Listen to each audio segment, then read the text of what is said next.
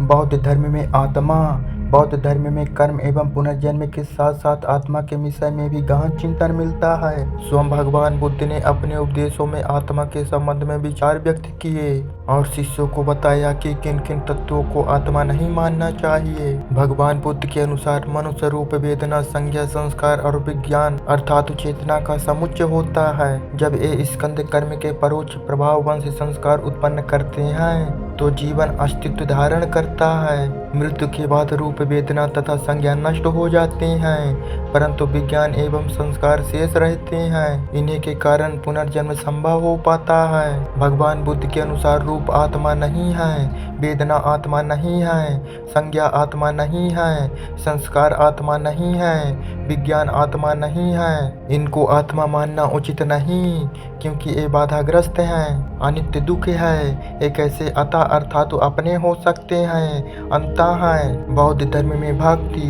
अपने आराध्य की आराधना, पूजा और भक्ति मनुष्य के स्वभाव की अपनी विशेषता है। फिर वह आराध्य चाहे परम ब्रह्म की भांति अनादि अनंत और इंद्रियातीत हो, अथवा भगवान बुद्ध एवं आराध्य महावीर एवं यीशु मसीह की तरह देहधारी। अपने आराध्य की भक्ति में मनुष्य को न केवल आत्मिक सुख प्राप्त होता है, वरन वह इस भक्ति से आत्मिक बल एवं दिव्य ऊर्जा भी पाता है। भक्ति के लिए कोई न कोई आलम्बन जरूरी है। मनुष्य इस आलम्बन के बिना नहीं रह सकता, चाहे वो मूर्ति पूजा हो अथवा मूर्ति पूजा का विरोधी। बौद्ध धर्म में भगवान बुद्ध के प्रति आत्मार्पण एवं भक्ति उनके जीवन काल में ही प्रारंभ हो गई थी। महायान ने इस सहज प्रवृत्ति को व्यवस्थित रूप दिया। महायान के आचार्य जो पूर्व में विद्वान ब्राह्मण थे, भक्ति की यह भावना जो स्थिति रूप में ऋग्वेदिक काल से चली आ रही थी, बौद्ध धर्म में और भी प्रबल रूप से ले आए। महायान के उद्भव और विकास के समय भारत में वासुदेव की पूजा प्रचलित थी। उसके साथ साथ शव साधना भी विकसित हो रही थी।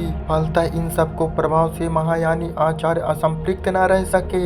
डॉक्टर हरदयाल का मत है कि पूर्वतम काल से भक्ति बौद्ध आदर्श का अविभाज्य अंग थी। महायान ने इस भक्ति भाव को और पुष्ट किया। फलतः भगवान बुद्ध के प्रति पूर्णतः शरणागत हो भिक्षु एवं गृहस्थ भी उनके नाम का जय करने लगे। शिक्षा, सामुच और बौद्ध चर्यावतार में बौद्ध चिंता की उत्पत्ति के लिए वंदना, पूजा, शरणागति, पाप वेदना अर्थात अपने पापों की स्वीकृति, उनका उद्घाटन, प्रार्थना, याचना को अवश्य बताया गया है। भिक्षु धर्मों के साथ सेवा कार्य का सम्मिश्रण बौद्ध धर्म की विशिष्ट देन है।